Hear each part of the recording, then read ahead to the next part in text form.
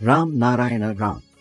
Meditation అనేది చాలా చిన్న పదం, కానీ దీన్ని గమనిస్తే దాని అర్థాలు చాలా గొప్పవే. మెడిటేషన్ గురించి మనం తరచుగా ఆలోచించడం ఏమిటంటే 4 నిమిషాల పాటు మాత్రమే ధ్యానం చేస్తే సరిపోతుంది అని భావిస్తాం. కానీ అలా కాదు.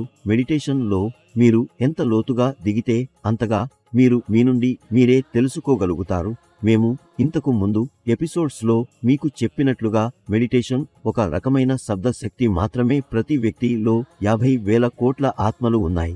వాటిని సజీవంగా ఉంచటానికి, తనను శక్తివంతుడిగా మార్చుకోవడానికి మరియు మరణానంతరం తనకు మోక్షం పొందటానికి మనకు ఆలోచన, ధ్యానం అవసరం. దీని ద్వారా మనకు శక్తివంతత లభిస్తుంది. మన మనస్సుకు, వివేకానికి బలం కలుగుతుంది. మెడిటేషన్ ద్వారా మనం కేవలం మనల్ని తెలుసుకోవడమే కాదు, ప్రకృతిని కూడా అర్థం చేసుకుంటాం. మెడిటేషన్ ద్వారా మీరు మీ మనస్సుకు, వివేకానికి, మీ అంతరాత్మకు బలాన్ని ఇస్తారు. వీటిని మీ నియంత్రణలో ఉంచగలుగుతారు.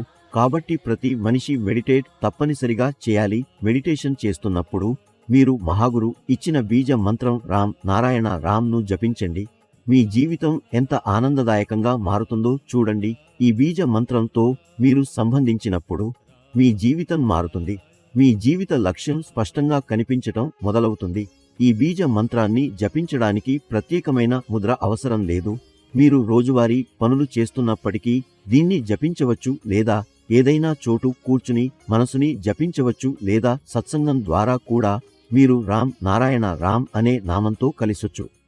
మనందరం మెడిటేషన్ ద్వారా మాత్రమే ఈ పొడవైన జీవితాన్ని పొందుతాం. మెడిటేషన్ చేస్తే స్వయంచాలకంగా మన ఆకలి తగ్గిపోతుంది.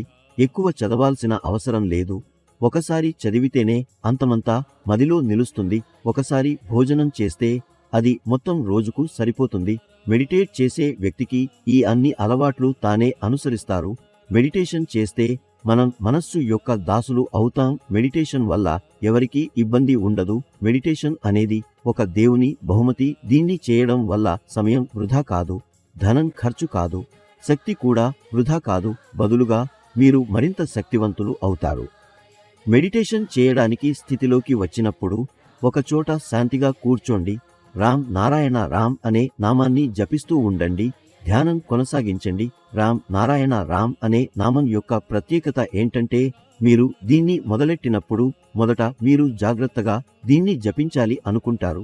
కానీ కొద్ది కాలం తర్వాత ఇది మీ శ్వాసలతో కలిసిపోతుంది. మనం శ్వాస తీస్తుంటే మనకి తెలియకుండా ఉంటే, అదే విధంగా ఈ బీజ మంత్రం కూడా ప్రతి శ్వాసతో కలిసిపోతుంది. మనసులోనే జపం చేస్తూ ఉండిపోతాం. మనకు అది తెలియదు. రామ్ నారాయణ రామ్.